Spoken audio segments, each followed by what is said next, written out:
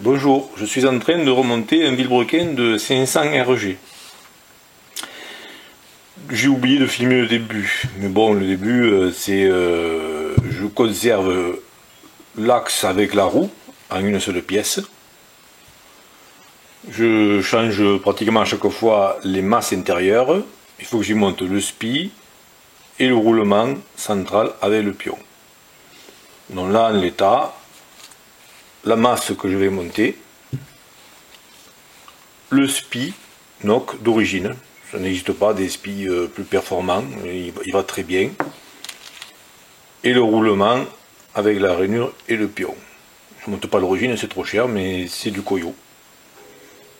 C'est du Koyo pareil, je ne sais pas si ça se voit que c'est du Koyo, ça va très bien. Voilà. Évidemment, quand je monte la masse, il ne faut pas que je me gourre parce que il y a un pion, il y a un repère ici. Alors il ne faut pas que je me gourre de position de la masse par rapport au repère. J'ai également conservé les plaques anciennes que j'ai refixées là-dessus. Voilà. Voilà. Donc maintenant je vais y monter le spi et l'autre masse.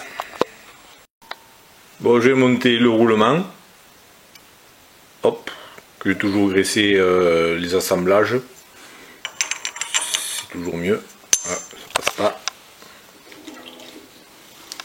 Voilà. Hop. Voilà.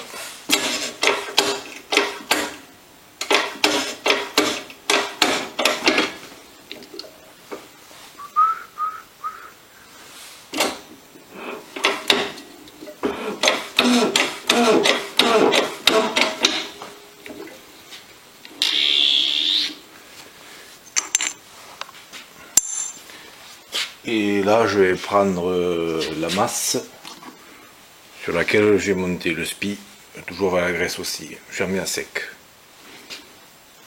Bon, j'ai commencé à assembler par rapport à des repères que je me suis fait.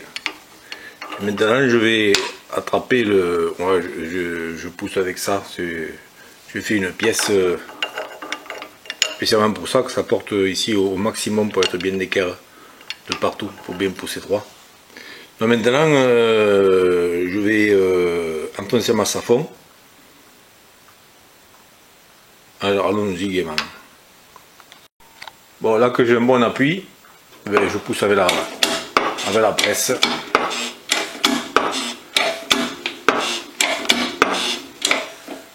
Jusqu'au moment où j'arrive à la bonne longueur, sans me tromper.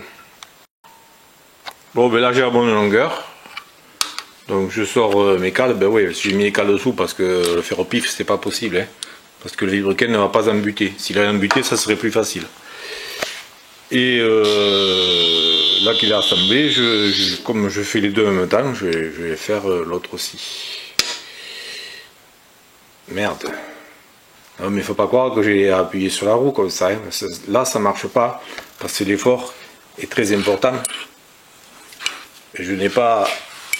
J'ai pas appuyé bêtement sur la roue quand même. Voilà, j'ai fixé avec une main. Voilà, hop. Voyons ce que j'ai fait. Oui, j'ai mis deux cales pour appuyer à plat sur la roue. Hein. Voilà, c'est les cales que j'ai fait exprès pour le 500 RG. Et d'ailleurs, je peux pas le mettre sur une autre. Je peux pas l'utiliser ailleurs. Donc c'est vraiment pour ça. C'est marqué dessus, comme le port-salut, 500 RG. Donc là que j'ai fait cette masse, maintenant je vais terminer celle-là.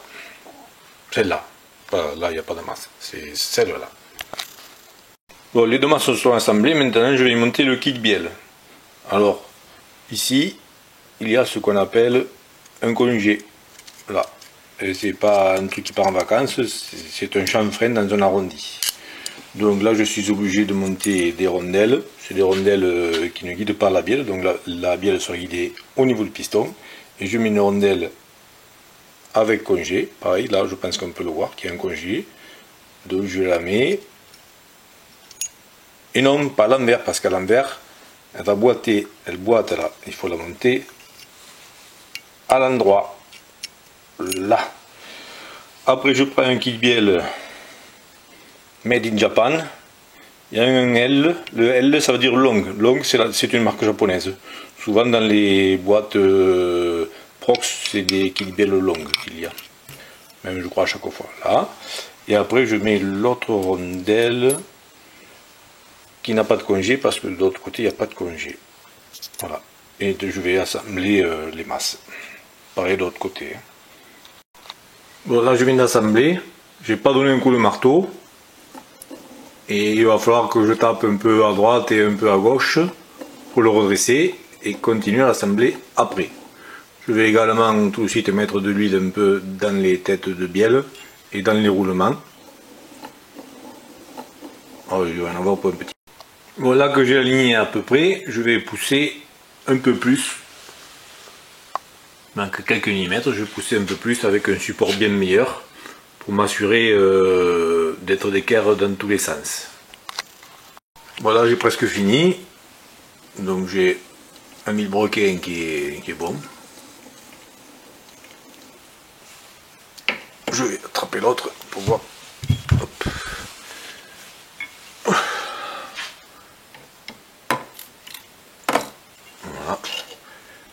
Voilà. Celui-là aussi il est bon.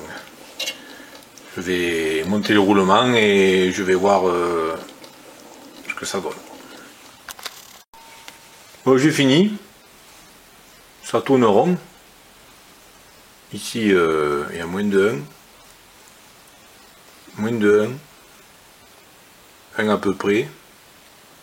Et là, on va moins de 1. Alors je vais tourner très lentement.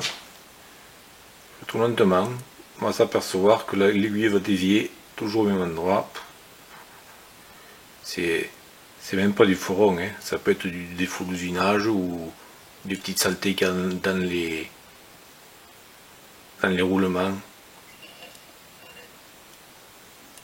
Qu'en fait elle dévie pendant 15-20 degrés et après revient à sa position. En fait, ici il faut viser entre l'axe du roulement et le bord, comme il y a très peu, il faut chercher le micron. Alors moi je ne peux pas faire mieux. C'est déjà des comparateurs qui sont très sensibles. Comme vous avez pu voir dans d'autres vidéos, beaucoup plus sensibles que d'autres comparateurs. Je ne peux pas faire mieux. Voyons. L'autre vilebrequin.